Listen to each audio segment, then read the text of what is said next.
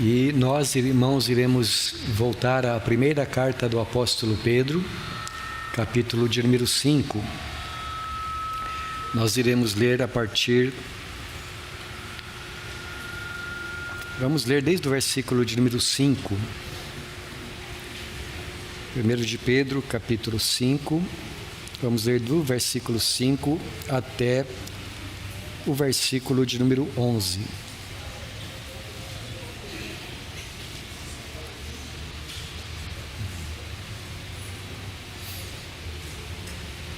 Rogo igualmente aos jovens, sede submissos aos que são mais velhos. Outros sim, no trato de uns com os outros, cingi-vos todos de humildade, porque Deus resiste aos soberbos, contudo, aos humildes concede a sua graça. Humilhai-vos, portanto, sob a poderosa mão de Deus, para que Ele, em tempo oportuno, vos exalte, lançando sobre Ele toda a vossa ansiedade, porque Ele tem cuidado de vós. Sede sóbrios e vigilantes.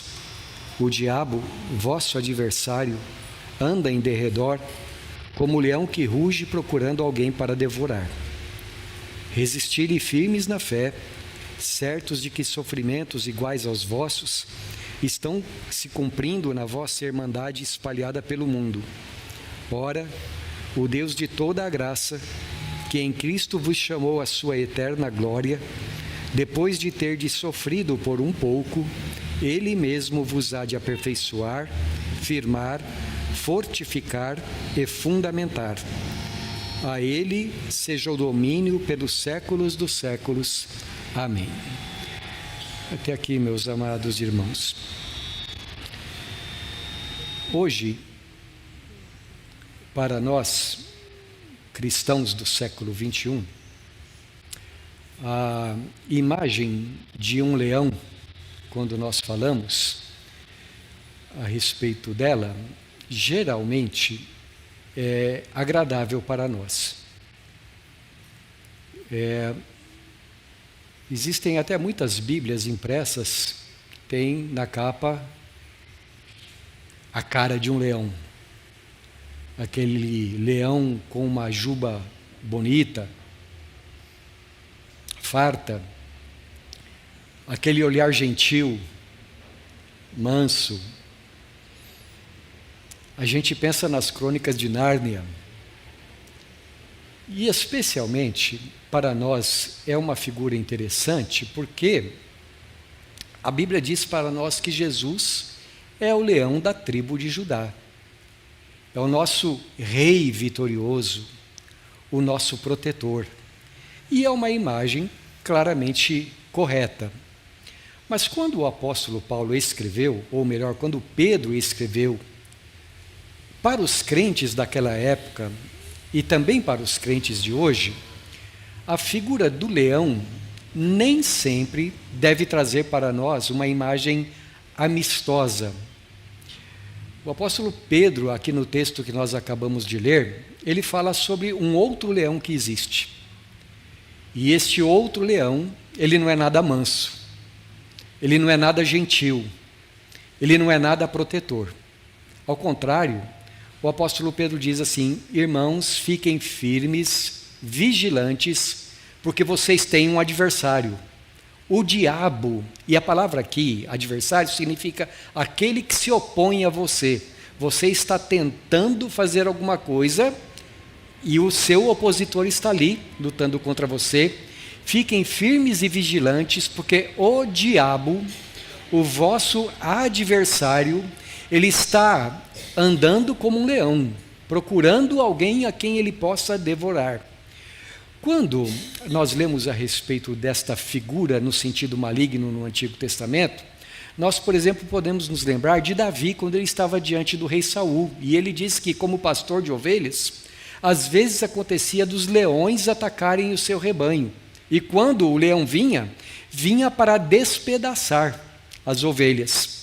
Nós lemos também em 1 Reis capítulo 13 a respeito de um homem de Deus que foi levado até a terra de Samaria para pregar a palavra de Deus, mas quando ele voltou a caminho de Samaria, Um leão o encontrou no caminho e o matou.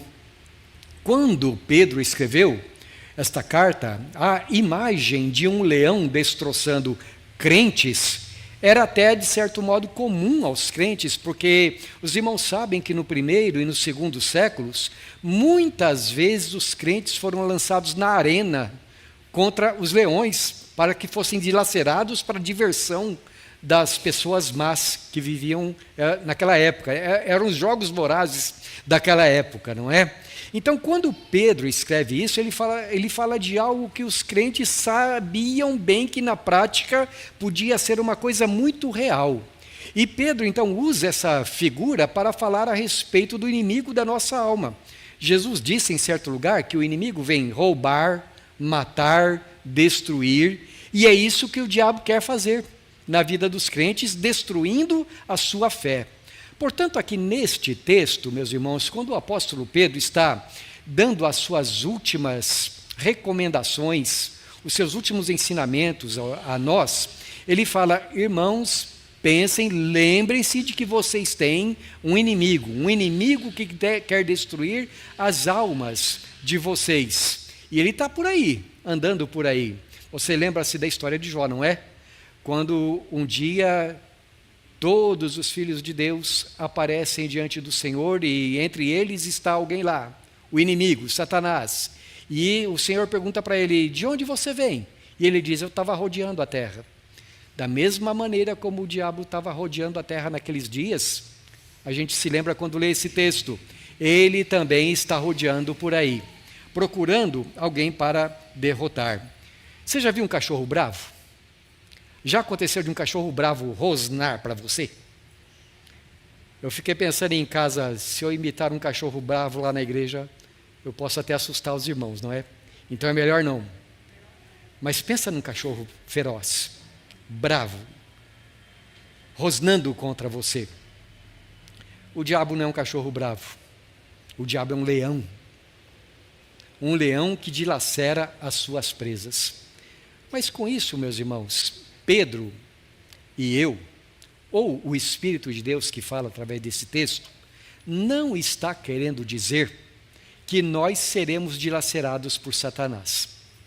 Ao contrário, ele diz para os crentes que os crentes têm capacidade de resistir ao diabo. E é por isso que Pedro diz assim: resisti-lhe firmes na fé. Isto é, através da sua confiança em Jesus Cristo, através da sua confiança em Deus, saiba que Satanás não poderá destruir você. E o que eu gostaria então, meus irmãos, de nesta noite meditar com vocês, é a respeito do ensino de Pedro, neste sentido aqui. Vocês precisam resistir a Satanás. Mas como é que nós devemos fazer? Quais os nossos recursos? Como é que a gente resiste ao diabo? Será que nós deveríamos, por exemplo, armar o pé, fincar o pé contra ele e ir diretamente ao seu encontro como numa luta? Em que sentido nós devemos combater Satanás? Ser sóbrios e vigilantes para resistir a ele. Existem aqui algumas recomendações do apóstolo Pedro. Eu gostaria de começar com esta que aparece nos versículos 5 e 6, onde, antes de falar a respeito de oração, porque certamente oração é um dos recursos que Deus nos dá para que nós resistamos a Satanás, mas antes de falar sobre oração, Pedro fala de um procedimento que é indispensável se nós queremos orar e ser ouvidos. Sem esse procedimento não adianta orar. E que procedimento é esse? Versículos 5 e 6. Rogo igualmente aos jovens, sede submissos aos que são mais velhos. Outros sim, no trato de uns com os outros, cingei-vos todos de humildade, porque Deus resiste aos soberbos. Contudo, aos humildes concede a sua graça.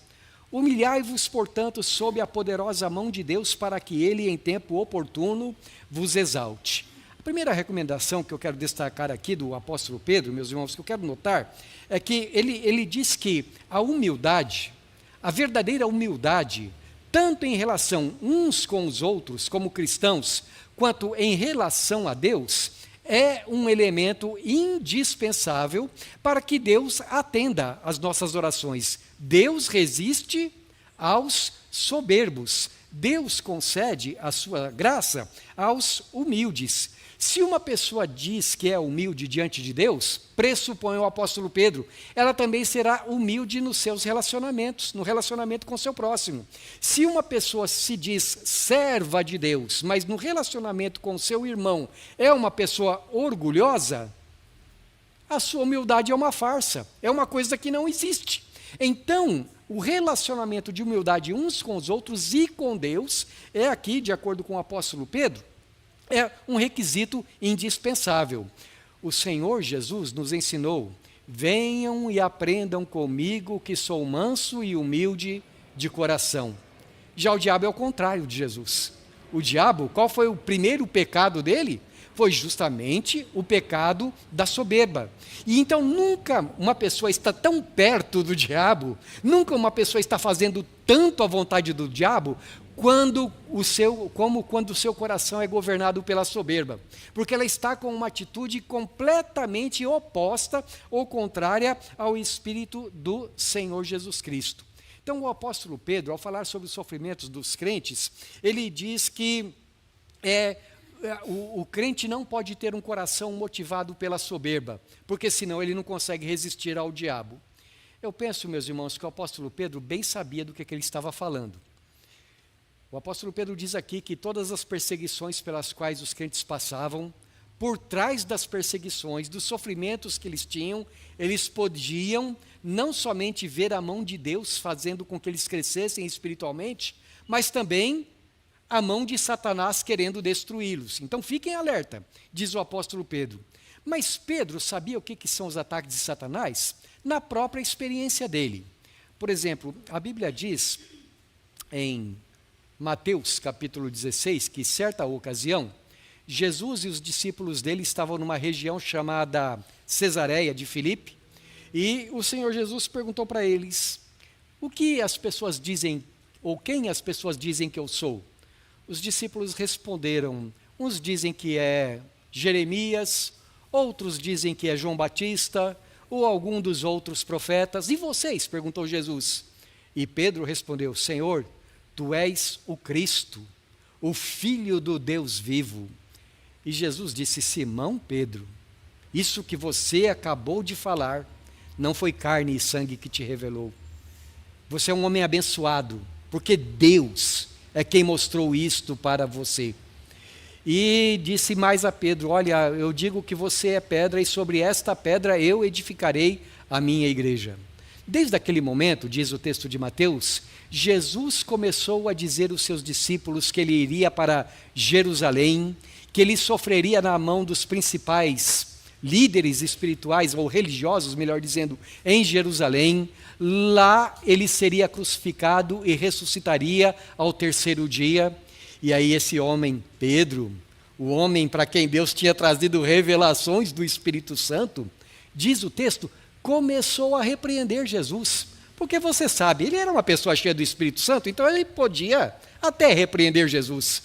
Que isso, Jesus? Isso jamais irá te acontecer. E você lembra qual foi a resposta de Jesus a Pedro? Arreda, Satanás. Porque o que você está falando não é da parte de Deus, mas você está falando do ponto de vista meramente humano. Sim, meus irmãos, aquele mesmo homem que algum tempo atrás estava falando da parte de Deus, agora estava falando da parte do diabo. E por quê? Porque o coração dele se elevou. Porque de repente ele acha que ele pode repreender até Jesus. Porque Jesus não está pensando direito. Mas Pedro sabe das coisas. Algum tempo mais tarde, na noite em que todos traíram Jesus, estavam reunidos e disse Jesus: esta noite vão prender o Filho do Homem, e ele será julgado, e não estará aqui muito tempo.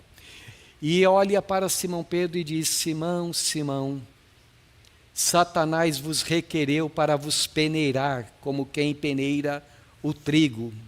Mas eu roguei por você, para que a sua fé não desfaleça. Todos me abandonarão. E Pedro então responde para Jesus: Senhor, mesmo que todos te abandonem, jamais eu vou te abandonar, eu estou disposto a morrer pelo Senhor. Pedro, Pedro, essa noite mesmo você vai negar 3 vezes que me conhece. Não, de jeito nenhum. E do jeito que Jesus falou, aconteceu. Sabe por quê? Porque Pedro achava, ele tinha no seu coração a ideia de que ele era um supercrente.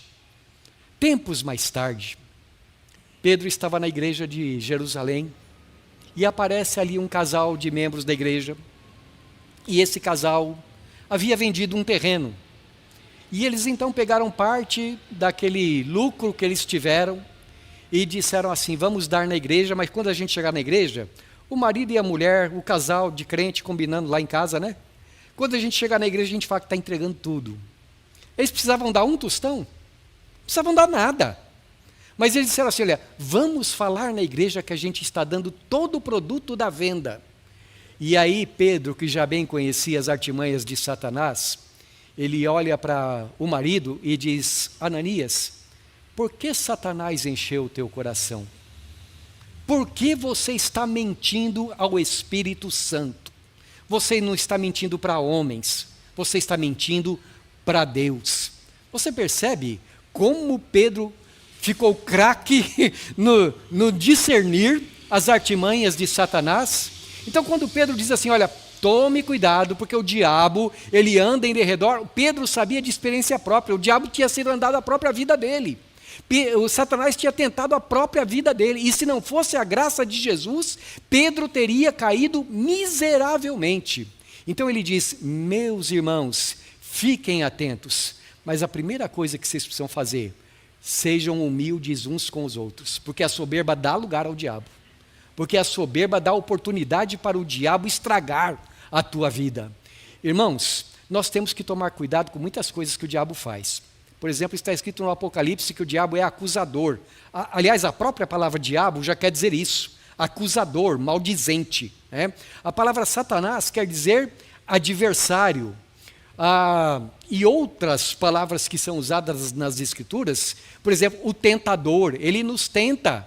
O diabo coloca os crentes uns contra os outros, ele faz um monte de coisa, ele impede as pessoas, ou ele luta para que as pessoas não participem da igreja como o povo de Deus. Muitas coisas o diabo faz, mas tem uma coisa em especial, que foi a derrota dos nossos primeiros pais lá no Jardim do Éden. Foi quando Satanás disse para eles que eles poderiam ser tão altos quanto Deus, bastasse eles desobedecerem a Deus. E eles então foram na conversa do diabo. Se tem uma coisa que pode nos derrotar, primeiramente, é a soberba. Então, diz o apóstolo Pedro, sejam humildes uns com os outros. Sejam também pessoas, desculpem,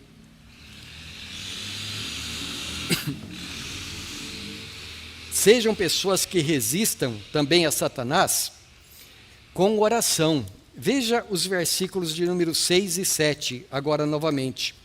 Humilhai-vos, portanto, sob a poderosa mão de Deus, para que ele, em tempo oportuno, vos exalte, lançando sobre ele toda a vossa ansiedade, porque ele tem cuidado de vós. Outro instrumento de Satanás, meus irmãos, além da soberba, certamente é a ansiedade.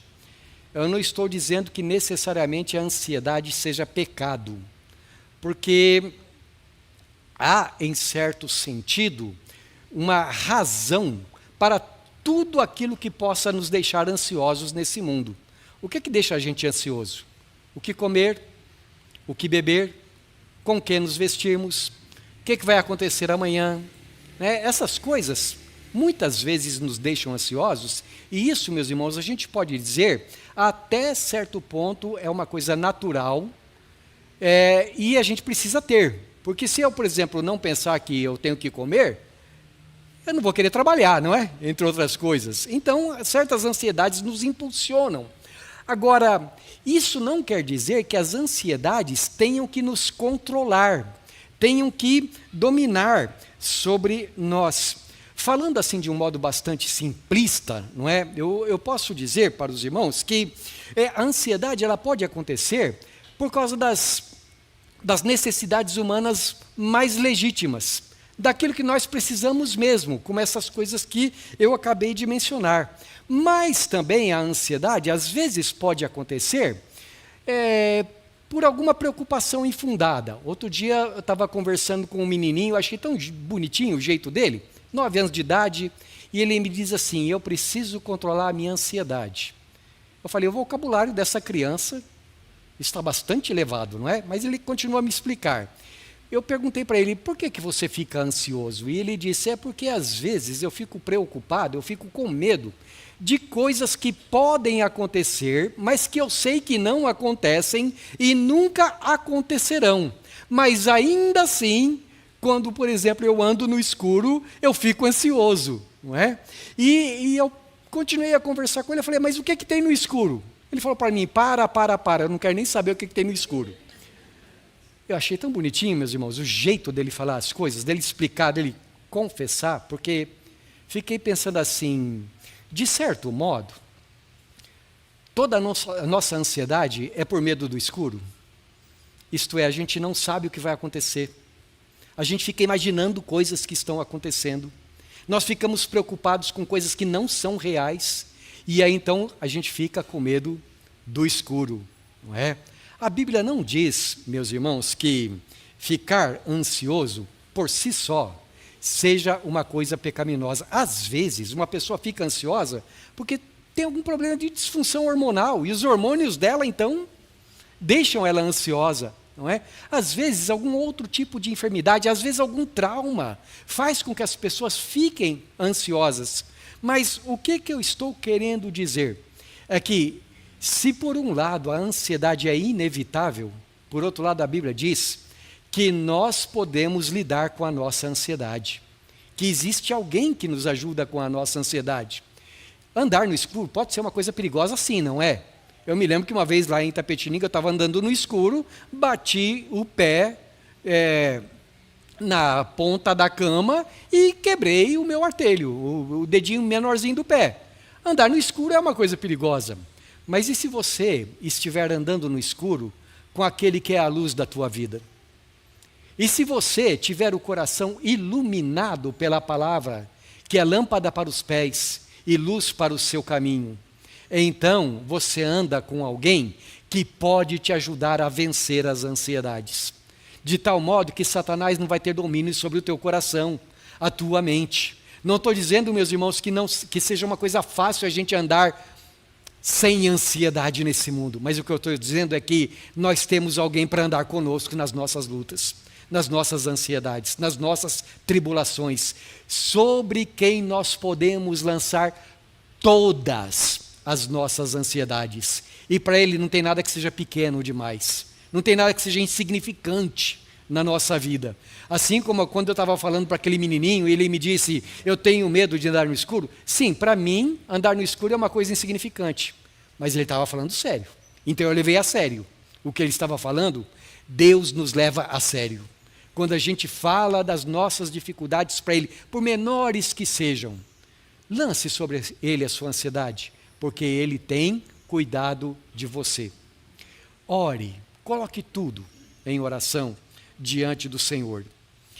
Depois, por último lugar que eu quero destacar, Pedro nos ensina: resista ao diabo, resista com entendimento. O que eu quero dizer com isto? Eu procurei resumir numa palavra só várias coisas que Pedro está nos orientando aqui, e a palavra que eu encontrei foi entendimento. Porque o que eu digo com entendimento? O que você precisa entender? Veja o versículo 6. Humilhai-vos, portanto, sob a poderosa mão de Deus, para que Ele, em tempo oportuno, vos exalte. Eu queria sublinhar essa frase, em tempo oportuno. O que ele quer dizer é: Deus tem um tempo para cada coisa em nossa vida. Lembra da história de José? José sofreu, não foi? Quantas dificuldades ele teve? Traído pela própria família, pelos próprios irmãos, odiado pelos irmãos, vendido como escravo, e na sua vida de escravidão acusado falsamente de assédio e foi levado para a prisão. E quanto tempo José ficou na prisão? Mas em todas essas coisas, a Bíblia nos ensina, Deus não é chavão evangélico. Deus tinha um plano. Deus sabia o que estava fazendo. E no tempo oportuno, Deus o exaltou. Saiba que tem um tempo oportuno para cada coisa na sua vida. Tenha esse entendimento. Humilhe-se debaixo da poderosa mão de Deus. Na hora certa, Deus exaltará você. Deus te levantará. E não estou falando isso para você ter um projeto de vida egocêntrico, no qual tudo gira em torno do teu ego. Ao contrário, eu estou falando, humilhe-se debaixo da poderosa mão de Deus. Se você for humilhado, coloque isso na mão de Deus. A hora certa, o tempo de Deus, as coisas acontecerão. Agora, veja o versículo 10, ele traz a mesma ideia. Ora, o Deus da graça que em Cristo vos exaltou, vos chamou à sua eterna glória, depois de terdes sofrido por um pouco, Ele mesmo vos há de aperfeiçoar, firmar, fortificar, fundamentar. Olha que coisa linda a palavra de Deus está ensinando. Olha, de um lado você tem um oponente que quer destruir você, através dos sofrimentos que você passa, através das tribulações que você tem. Ele quer destruir a sua fé, mas tem outra pessoa trabalhando na sua vida. E esse leão, esse outro leão, é mais forte do que o leão rugidor. Ele é o leão da tribo de Judá. E ele derrota Satanás. Então ele diz assim, depois que você sofrer um pouco, isto é, você precisa passar por isto, Ele mesmo vai te fortalecer. Ele mesmo te fortifica. Ele mesmo te aperfeiçoa. O Deus que chamou você para a sua eterna glória. Eu estou lembrando, muito tempo atrás, logo que eu entrei no Senai, e o professor de educação física, no primeiro dia, ele botou todo mundo para correr, em volta da quadra. Nós tivemos que correr 10 minutos, 11 minutos. Adivinha quanto tempo eu corri? Eu não corri 2 minutos. Depois de 30 segundos eu estava. E aí, 6 meses de educação física. Meus irmãos, como eu sofria. Como eu ficava cansado. Como eu tinha raiva, às vezes, do professor de educação física. 6 meses depois, vamos correr de novo. 11 minutos, sem perder o fôlego. Por quê? Porque através daqueles exercícios todos que ele deu, que eu ficava com tanta dó de mim mesmo às vezes, eu falava para ele, se eu morrer a culpa é sua. Depois de 6 meses, eu estava capacitado para correr os 11 minutos e tinha fôlego para isso. O que eu quero dizer é que, se nós muitas vezes nos sentimos incapazes, e as lutas vêm, as provações vêm, Deus tem um propósito, nos tornar mais fortes. Como é que diz o mineiro, seu Genésio? O que não mata, engorda. Nós crescemos, nós nos tornamos pessoas melhores através das tribulações. Agora a gente precisa fazer uma coisa, ter paciência. Outro dia eu estava contando para os irmãos aqui sobre uma ilustração que uma irmã contou para mim, alguns anos atrás, que eu achei tão linda a maneira como a irmã falou. E ela falou assim, ela estava aconselhando o genro dela estava com pressa de ver as coisas acontecerem na igreja, ele queria para ontem, e ela disse assim para ele, filho, aquele jeitinho dela, tão bonitinho, filho, você gosta de banana? Quem é que não gosta de banana? E ela falou assim, olha, às vezes, a gente vai lá no mercado e vê aquelas bananas bonitas, grandes, amarelinhas, compra e leva para casa. Só que a gente chega em casa, vai abrir, vai descascar a banana, ela já está podre. Por fora ela está bonita, mas por dentro ela já está ficando estragada. Sabe por que isso acontece? Porque eles não deixam a banana amadurecer sozinha. Eles vão lá, pegam ela, colocam dentro de uma estufa e fazem a banana amadurecer rapidamente ali. Você quer uma banana gostosa? Deixa ela amadurecer no pé. O que essa mulher estava querendo dizer? Tudo tem seu tempo. A gente não precisa forçar as coisas de Deus. Deus sabe o que está fazendo na nossa vida. Qual é a nossa parte? Andar com humildade, lançar sobre Ele as nossas ansiedades, porque Ele tem cuidado de nós, e esperar Deus trabalhar. Não por força nem por violência, mas pelo meu Espírito, diz o Senhor dos Exércitos. Eu quero encerrar a nossa meditação de hoje, meus irmãos, indo para um outro texto com vocês, e eu vou pedir que um de vocês, por favor, leia em voz alta, Romanos capítulo 16, versículo de número 20. Romanos 16, 20. Eu sei que não vai sair, pegou o microfone. Quem é que vai ler? Romanos 16, 20. Quem é que vai ler? Levanta a mão para chegar o microfone aí rapidinho. A Cleusa vai ler. Bruno, a Cleusa. Aqui, Cleusa, vem o microfone para você. Aqui, ó. E o Deus da paz em breve esmagará debaixo dos vossos pés a Satanás. A graça de nosso Senhor Jesus seja convosco. Amém? O Deus da paz não vai demorar, diz o apóstolo Paulo, vai esmagar Satanás debaixo dos vossos pés. Então resista, não desanime, não deixe que os sofrimentos, as provações façam você perder a confiança em Deus.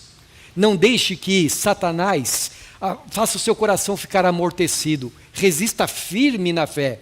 Tiago fala a mesma coisa. Resisti ao diabo e ele fugirá de vós. Paulo fala a mesma coisa em Efésios capítulo 6. Sujeitai-vos, agora estou citando de novo Tiago. Sujeitai-vos sob a poderosa mão de Deus. Resisti ao diabo e ele fugirá de vós. E em Efésios, como é que diz lá em Efésios, Laura? A Laura não me deixa esquecer, é verdade? Efésios capítulo 6, ajuda ela, Dona Maria. Revesti-vos de toda a armadura de Deus, para ficar firmes contra as ciladas do diabo. Ainda bem que a Bíblia não diz que para eu vencer Satanás, eu tenho que ter todos os versículos decorados, né? Senão eu ia sentir agora. Para poderdes ficar firmes contra as ciladas do diabo. Fique firme, resista. Satanás não terá vitória sobre a sua vida. Que a graça do Senhor Jesus nos renove a cada dia, meus irmãos, para que nós andemos nessa fé.